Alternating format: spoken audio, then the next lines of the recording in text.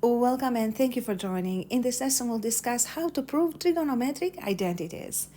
What is a trigonometric identity? Well, it's an equation that contains trigonometric terms to both sides of it, and we want to prove that the left side equals the right side. So, in other words, we want to prove that the left side is identical to the right side. So, obviously, they're not going to look the same.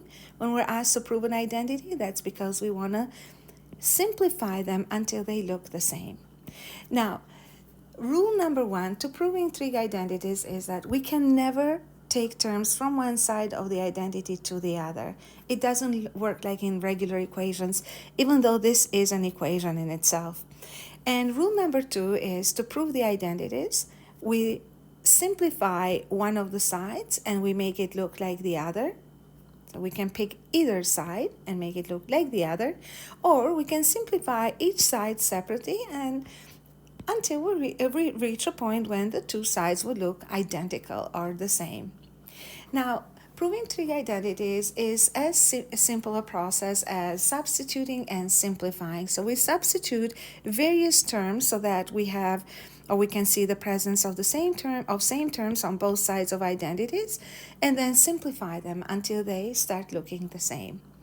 So because proving trig identities consists of changing terms or replacing terms so that they have same terms on both sides, then we will have to use formulas that will make both sides equivalent. The main formulas we use in proving trig identities are the reciprocal formulas.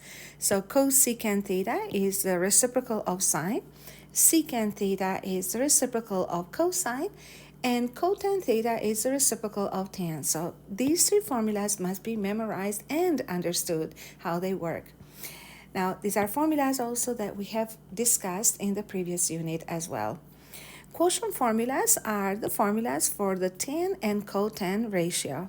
So tan theta, as you know, is y over x, and tan theta is equal to sine because if you divided both numerator and denominator by r, which is the hypotenuse for an angle on the Cartesian plane, then you see that we have created the sine and the cosine ratios in here. That's why we say that tan is sine over cos. And cotan, being the reciprocal of sine, means that we can flip the fraction or reciprocate. That would be the correct math term to use. Reciprocate sine over cos, and that will give cos over sine, which equals cotan theta. Now, here goes the formula of all the formulas, I would say, so the Pythagorean identities. We call those Pythagorean formulas, and the main formula that we should always memorize is sine squared plus cosine squared equals 1. Now, it is not too difficult. I give this formula 3 stars because it's that important to remember. And I'm not all for memorizing a lot of information. Memorizing is a very important part of learning, but the most important part of learning is connection. So we memorize to the capacity that we can hold in our, memory, but making connections help us understand and solve a lot more problems. It never ends. So long story short, how can I memorize this? So because these are called Pythagorean formulas, you might probably think of it this way. All the Pythagorean formulas are about two squared things that equal 1, right? So remember a squared plus b squared equals c squared, for example. Now, in our case, what we have is the sine squared and the cosine squared, right, together would equal 1. Now, how does that work? Now, the way this works, or the way we have proved it, is by replacing sine by the ratio of y over r, because that's what it equals, basically. So sine is y over r and then squared, and then cosine is x over r and then squared. Now, that will make the term y over r squared, y squared over r squared, and then x squared over r squared. As you can see, these two are two fractions with the same denominator, which means that we can bring them together under the same denominator, r squared And we see that we have y squared plus x squared. And you can see here the r squared, the value of r squared, which is x squared plus y squared. And voila, we have r squared divided by itself equals 1. So we started with the left side in here. We simplified it, and then we got the value of 1. This is the proof for the Pythagorean identity sine squared plus cos squared of an angle equals 1. Now, besides this main formula for Pythagorean identity, which is the Pythagorean formula for primary ratios, we can derive one for the reciprocal. So these two are the Pythagorean identities for the reciprocal ratios. Now, the way this works is very simple. So if you want to prove this, we always start off with sine squared plus cos squared equals 1. And if we decided to divide both sides of this equation by cosine squared, and we can do that. Remember, we're just actually analyzing the formulas. We're not proving identities yet. So cosine squared. Then we'll see that sine squared over cos squared will give tan squared. And cos squared divided by itself would give just 1. And 1 over cosine squared equals secant squared theta. So this will connect tan squared with secant squared. Remember, both tan and secant will have cosine in the denominator. So that's one way of memorizing the connection that exists between them. Now, similarly, you can create a formula for tan squared in here. So this would be one format of the formula, which is basically the same as what we have in here. And another formula that we can choose to remember, and I say choose to remember because we don't have to memorize it. You can quickly derive it whenever you need it. All you need to remember is that there is a connection that exists between them. So write the main formula and then derive the others. So this would be secant squared theta minus 1. So that's another version of the same formula. So the last one is the cotan or the reciprocal of tan formula. And to prove this formula in here, we can simply follow the same process as we did for tan. So we start off with sine squared plus cosine squared, which is equal to 1. But this time, instead of dividing by cosine squared everywhere, we're dividing by sine squared. When you divide by sine squared every term in this equation, then we will get sine squared over sine squared equals 1. And then cos squared over sine squared is cotan squared theta. And 1 over sine squared is cosecant squared theta. One way of memorizing this formula for me that has worked for me is the co-cos will go together. So cotan, cosecant, right? So they're in the same formula. And if you want to know, or if you want to use a formula just for cotan and connect it to the cosecant, then you simply solve this equation for cotan, and that will be cosecant squared theta minus 1. So that's another form of this very formula up here. So again, what formulas do I have to memorize? The one that I always memorize is this one here. So I will know this forever. So I cannot forget this. It's a very important formula in mathematics. Now, when it comes to these two, I can quickly derive them at any time, knowing that I can divide by either cos squared or sine squared both sides, and then I can see the connections. But obviously, while you're working on it in this unit, and as you prepare for the exams, then it is important that we memorize them temporarily at least. Okay, so we're going to move on to proving some identities, and I am going to start with example number 1, not A but B. So here we go. So what we have in this case is the identity cos theta tan theta equals sine theta. So we have to prove that the left side of this identity equals the right side, which is simply one term. Now, in order to prove that the left equals the right, we have to pick one side, we said, and the side that you want to choose to work with would be the side that has more terms, because the more terms you have, the more tools you have in your hands to work with and simplify. So it seems that the left side has more terms, so I am going to work with the left side. So the left side is equal to cosine theta, tan theta. Now, always keep an eye on the other side, but do not stress out right away and think, oh, how am I going to get there? I don't see this term. It doesn't even exist in here. So be patient and always think, what is the one step that I can take in here? And when we talk about steps, we talk about which term can I replace and with what.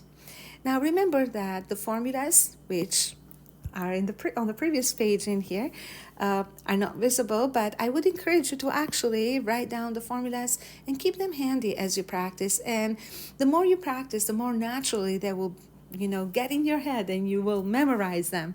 But in this case, because I see that we have tan theta, right? So, and the other side doesn't have any of the quotient formulas, then I am going to think of replacing tan theta. So one of the strategies that I use very often is convert everything into sine and cosine. And the reason why is because sine and cosine merge very nicely in this very simple, very easy to remember formula, and then I can simplify the expressions to what I want them to become. So we have cosine and tan, and we decided to let tan go.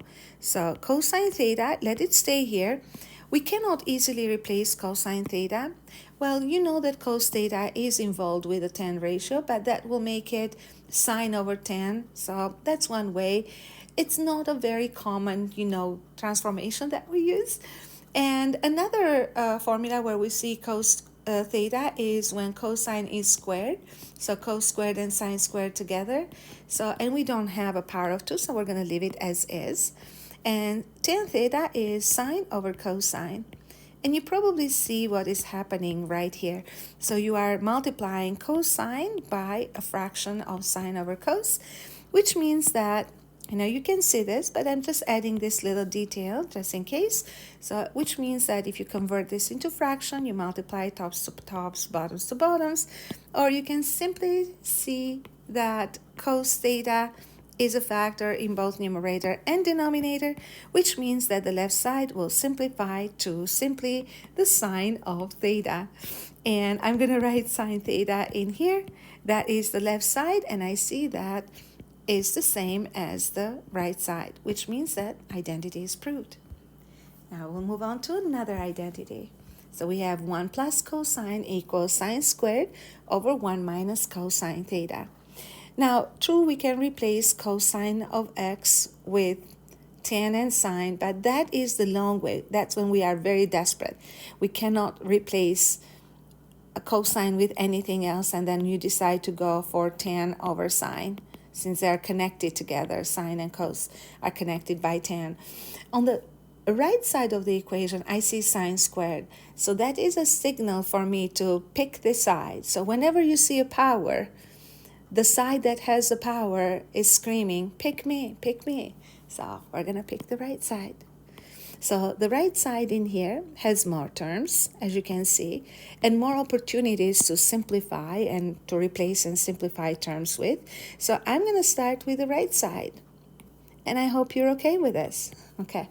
So I like to write the right side the way it is. I like to write the terms that I'm working with the way they are, because as you write them, you can probably come up with ideas of, what you have and how to replace them. Now, always keep an eye on the left side. Do not stress out to finding the similarities or to make them identical in one step, because that probably isn't going to happen. So continue working and think, is there anything that I can replace and with what? Now remember, Trig identities are as simple as replace terms with using different formulas with whatever they're equal to, and then simplify, replace and simplify, replace and simplify. Okay, so what can we replace in here? Well, I see sine squared, and I know a formula that has a sine squared, and this is sine squared and cos squared, which equals 1. And all I need in here is a sine squared. Okay, wait a second. So I can easily isolate sine squared here, 1 minus cos squared. And trust me, as you practice, this will come so easy to you, and you're gonna substitute right away without thinking too hard. I know that I'm probably over explaining this a little bit right now, but the only purpose of it is so that we understand what is going on in every step. So 1 minus cosine squared in the numerator and denominator. I'm not replacing anything in here because there is not much that I can replace and make it look simpler, because it's going to look probably more complicated. Now, the good news though is that now I have cosine only on the right side, and the left side has cosine only. So, which means that hopefully they will simplify, right? So here we had sine, but we solved this problem, right? So now we are going to think, how can we simplify more in here? And here is another story that I haven't mentioned yet. Trig identities, true, are about trigonometric terms, and we need to know the trigonometry part of solving these problems. But one very very important and integral part of proving trig identities is algebra, because they are algebraic expressions at the end, right? And we have to simplify algebraic expressions, so we need to know our algebra very well. And a part of algebra that we use is very often factoring, so expanding and factoring. So if these formulas need a refresher, please review them again, because we're going to use them. Remember that if we have a squared plus 2ab plus b squared, this will simply be a plus b to the power of 2, or a plus b times a plus b. And if it happened that this sign here was a minus, then you would have a minus instead of a plus. Another important formula, or a special quadratic that we have learned and reviewed since grade 10 and reviewed in grade 11, is a squared minus b squared. We know this is known as the difference of squares, so this would be a plus b and a minus b. So a plus and a minus. So as you can see in here, in our case, we have 1 minus cos squared x, or dare I say 1 squared minus cosine squared x, which is practically same thing as, and again, I know you see this, I'm just making sure that we all understand what's going on. So when you have cosine squared, it means that we have minus cosine of x to the power of 2, right? And then divided by 1 minus cos x. Can we factor now? And you're probably factoring in your head, I hope so. So this would be 1 minus cosine of x multiplied by 1 plus cosine of x. So we use a difference of squares formula, and divide this by 1 minus cosine x. Now, you can probably see that we have a common binomial in both numerator and denominator in the role of a factor. So this is the only thing we have in the denominator, so that's the only factor we can call it. And this is also a factor, so that means they simplify. And the right side of this identity now becomes 1 plus cosine of x, or the right side becomes the same as the left side. So we're going to write that down here, and we'll celebrate it with a yay. Okay, so let's do another one. So in the next example, we have cotan theta over tan theta equals 1 minus sine squared over 1 minus cosine squared. So you've probably already made up your mind and made a decision which side to work with. So either one would be fine in here. I like to use the formula for Pythagorean identities in here, so I'm going to try this first. So I'm going to try the right side and see if it works fine. If it doesn't, then I'll move on to the other side. And this is what proving trig identities is, having fun through the process of replacing and simplifying and trying to see beyond the reason why something is working or something is not working. So 1 minus sine squared over 1 minus cosine squared. And I see that 1 minus sine squared can be simply cosine squared theta. And 1 minus cosine squared is sine squared theta. So that's as far as I can go in here in this case. So I'm thinking, okay, so I have cosine and sine, and I have cotan and tan here. So how do I bring cotan and tan in here? So we have to do this one step at a time. Because we have a power of 2, then we're going to say a power of 2 for cosine means that we have cosine theta multiplied by cosine theta. And sine squared theta is sine of theta multiplied by sine of theta. And then once I do this, I try to recognize any of the fractions, any of the terms, whichever possible that I have on the left side. And as you can see, we have cotan at the top of the fraction. So if you look at the right side, you see that you have cosine theta in here. And we have also sine theta in here. And we're going to say that would be simply equal to cotan theta. So far so good. I'm going to replace that by cotan theta. And the other term that we have in here is cos over sine. Then we're going to think that, wait a second, cosine over sine, isn't that another cotan theta, right? So we basically have cotan times cotan, which could have probably very easily gotten it from here. But I wanted to split these two terms. And now, for a reason, you'll see why. So we are happy having cotan theta right here on top of the fraction. If you want to make it look like a fraction, by all means, go for it. Now, the problem is, how do I bring tan theta in? So we're going to say, well, I like having this cotan theta here. Maybe I can work with this cotan theta, the second one, the blue one, to make it into tan. Wait a second, isn't cotan the reciprocal of tan? So we're going to say, okay, so keep that red cotan on top. And instead of cotan theta over 1, we can write 1 over tan theta, because they are identical, right?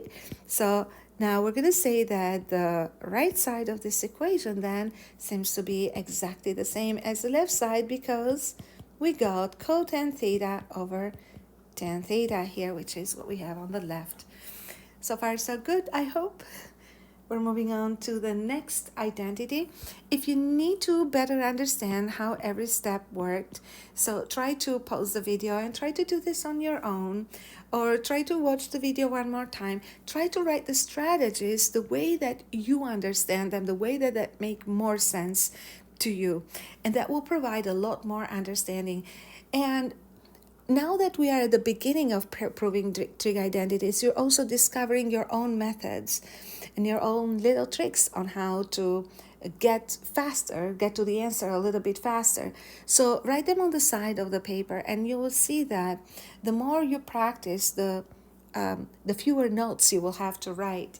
It works a little bit like learning a new language. So the more words you learn consistently, then the fewer you will have as you make progress. So we're going to move on to our next example here. So you see that on the left side, we have one fraction and then another fraction, so two of them. The right side has only one fraction. So because I have two bigger terms in here, this time I decided to go for the left side first. So left side is equal to 1 over sine squared plus 1 over cosine squared. And at the end of the simplification process, I am hoping and dreaming to get this denominator here together. And I want to have only one fraction. So these are the things. This is how I can interpret what I want to get. So since we're trying to get a single fraction, then I must think, maybe since I have two fractions and I want to get to one fraction, why not combine these two? And it can feel as a daunting process to combine two trig terms, but remember, these are just algebraic expressions that contain trig terms. So when it comes to simplifying them as algebraic expressions, just basically use the same rules that we use in simplifying any algebraic expression, which means that if we want to add two fractions, you have to find the lowest common denominator. And in this case, because denominators are completely different and they have nothing in common, then you're going to say that the lowest common is the product of the two. Sine squared times cos squared, which means that, again, we're going to have to write 1 over sine squared, so the denominator of sine squared, as sine squared times cosine squared. So we'll multiply this by cos squared, and we won't forget to multiply the numerator by cosine squared as well, because we need to maintain the identity. Now, we have to work with the other term, 1 over cosine squared x, and this term needs a sine, or this denominator needs a sine squared. So you multiply by sine squared over sine squared. And let's see what we have cooked here. So the first fraction will have 1 multiplied by cosine squared. That's simply cosine squared. Denominator is sine squared multiplied by cos squared. The other fraction has 1 times sine squared, so that is sine squared x. The denominator is again cos squared sine squared, sine squared cos squared, same thing. So we're going to write them in the same order so that we can see the resemblance. And aren't you happy to see that sine squared and cos squared have surfaced to the denominator, right? So the next thing you can think of is bring them together. Now they have the same denominators, and that's the reason why we make them with the same denominators, right? So we're going to write them as a single fraction with the same denominator, sine squared and cos squared. And numerator will have cosine squared x and sine squared x. Now take a hard look at this expression and think, where have we seen these two together? And you're thinking in the one and the only Pythagorean identity for the primary ratios, and that would be exactly equal to 1. And we're going to say that is 1 over sine squared times cosine squared. And voila, we're going to say that the left side equals the right side, and we have proved this identity. So we'll continue with more identities in the next section of this video.